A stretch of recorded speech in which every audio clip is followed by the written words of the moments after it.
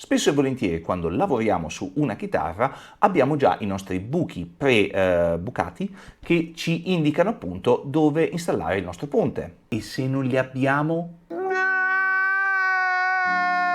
Calma, tranquilli, oggi vi spiego come ho montato almeno io il ponte sulla mia chitarra headless senza avere la minima idea di dove andava messo di preciso. Ma partiamo dalle basi, perché dobbiamo installare il ponte in un punto ben preciso? Sicuramente non andrà sullo stretto.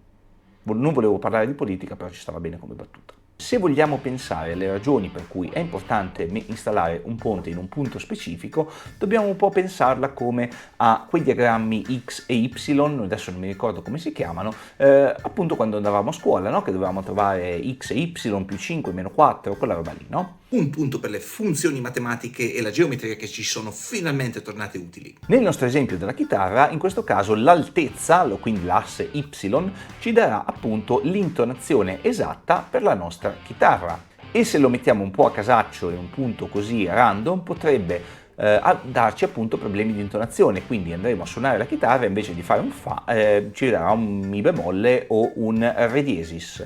Scegliete voi. Mentre la lunghezza o la asse X in questo caso ci assicurerà che le corde sono perpendicolari e non sporcano dalla tastiera e ci ritroviamo magari a suonare un'arpa. Quindi per cui questa cosa è molto importante e farà veramente la differenza tra una chitarra ben riuscita o un soprammobile che teniamo appesi qui nel muro e non possiamo suonare. Piccola premessa, come avrete capito dalla copertina, sto ancora lavorando al mio kit headless, che è un po' particolare in suo, in quanto non ha una paletta, ha un ponte che praticamente funziona sia da paletta che da ponte.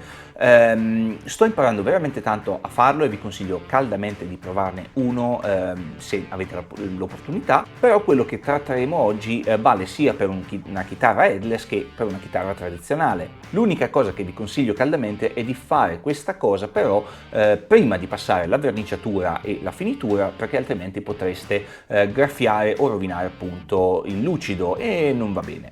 Però io nascondo tutto sotto il ponte, ma come sempre prima di entrare nel clou della vicenda vi invito caldamente ad iscrivervi al canale se vi piacciono questi contenuti, lasciarmi un like sotto questo video se vi è piaciuto e se volete entrare in contatto con me o altre persone che sono appunto appassionate di fai da te o siete degli utili della domenica, ho creato anche un canale Discord che vi lascerò qua sotto. Questi sono tutti piccoli gesti che per voi sono gratis, ma per me significano veramente tanto. Comunque, torniamo a noi.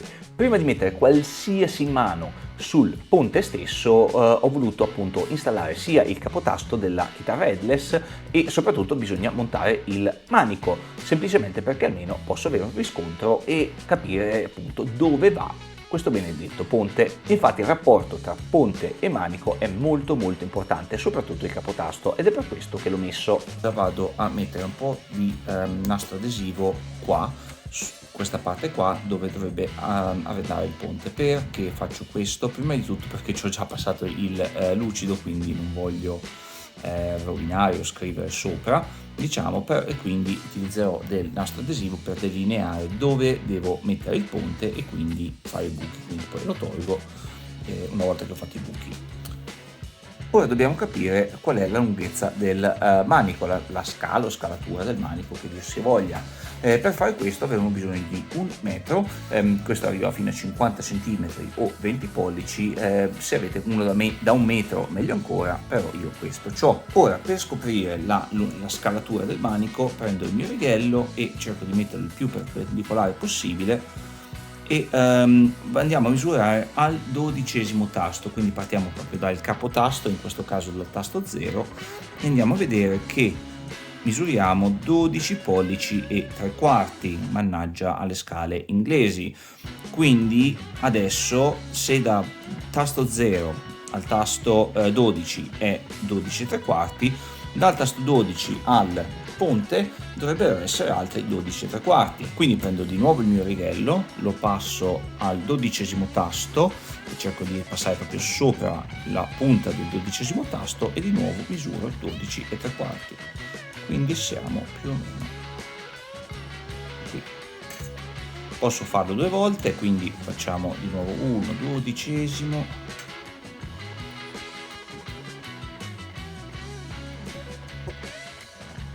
12 3/4, lo rifacciamo da questa parte ed ora tracciamo la nostra linea.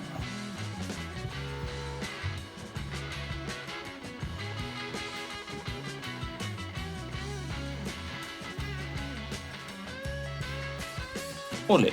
Ora ho tracciato già la linea, però non mi fido troppo, quindi lo rifaccio, sempre misurare le cose 2 volte. Ci tengo a precisare una cosa importantissimissimissima.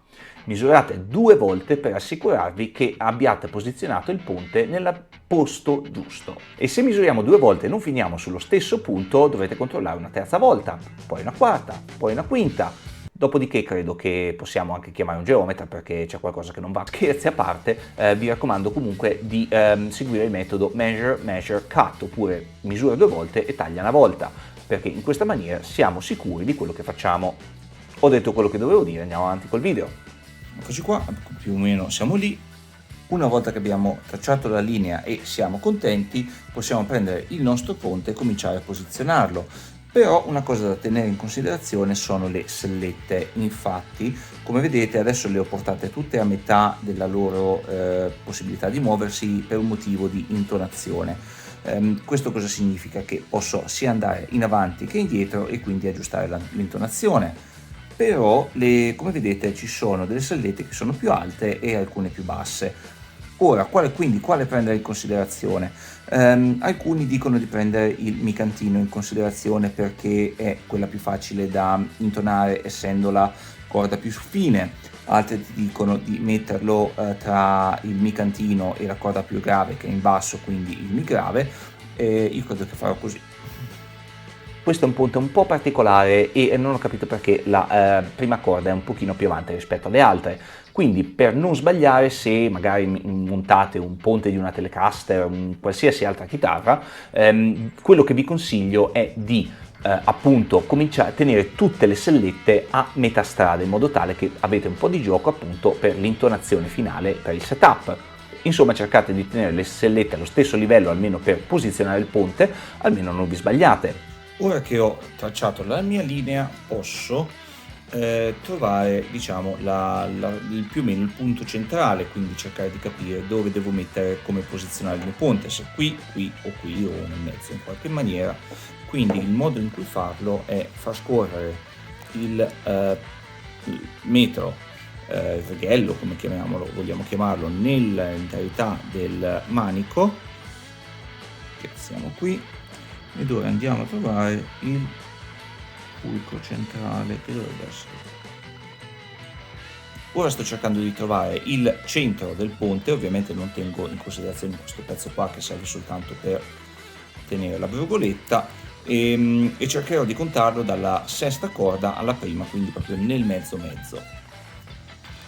Ci ho attaccato un pezzo di scotch appunto per poterci scrivere sopra, quindi siamo a 55 millimetri, quindi sono 27,5. Di nuovo, perché questo ponte è un po' asimmetrico, ha un affare spesso 1 centimetro da un lato, che quello ci serve praticamente per tenere la brugoletta, e tutte le sellette hanno appunto quella specie di rotellina che serve per far scorrere la corda da un lato, quindi è un pochino asimmetrico. Quello che vi consiglio di fare in questo caso è di misurare da selletta a selletta, da dove comincia la sesta corda a dove arriva la prima corda, perché quella è la parte importante che ci serve e quindi sapremo esattamente qual è il punto mediano o il punto in mezzo in cui possiamo installare il ponte.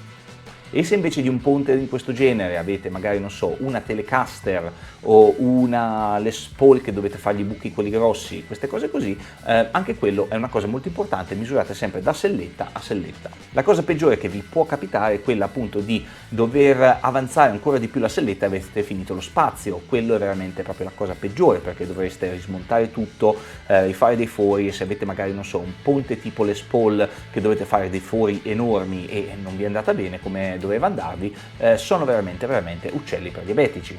Sempre parentesi molto importante, continuiamo. Adesso ho trovato il centro del ponte, ho il centro qua, ho la linea parallela per dirmi dov'è il limite, sto cercando di mettere praticamente le sellette, che sono, ricordo, a metà della loro possibilità di andare avanti ed indietro, sto cercando di metterle proprio nel mezzo, in modo tale che posso andare sia in avanti che indietro. Facciamo una linea per assicurarci che siamo paralleli. Bene, ora ho il centro, ho la linea limite, posso sistemare il mio ponte. Bene, siamo qui, e faccio dei buchi per inserire le viti.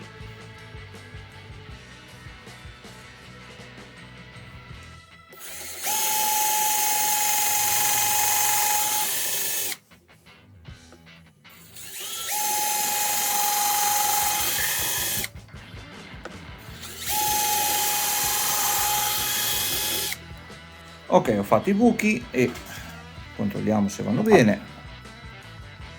Perfetti. Ora l'ultima cosa da fare è quella praticamente di fare un buco dal ponte che va, diciamo, alla cavità qui, per poter mettere il ponte a massa. Normalmente dovrei fare un buco da qui verso la cavità, però non credo di avere un trapano con una punta abbastanza lunga, così mi dovrò arrangiare in questa maniera. Bene, un'altra operazione ben riuscita, almeno spero.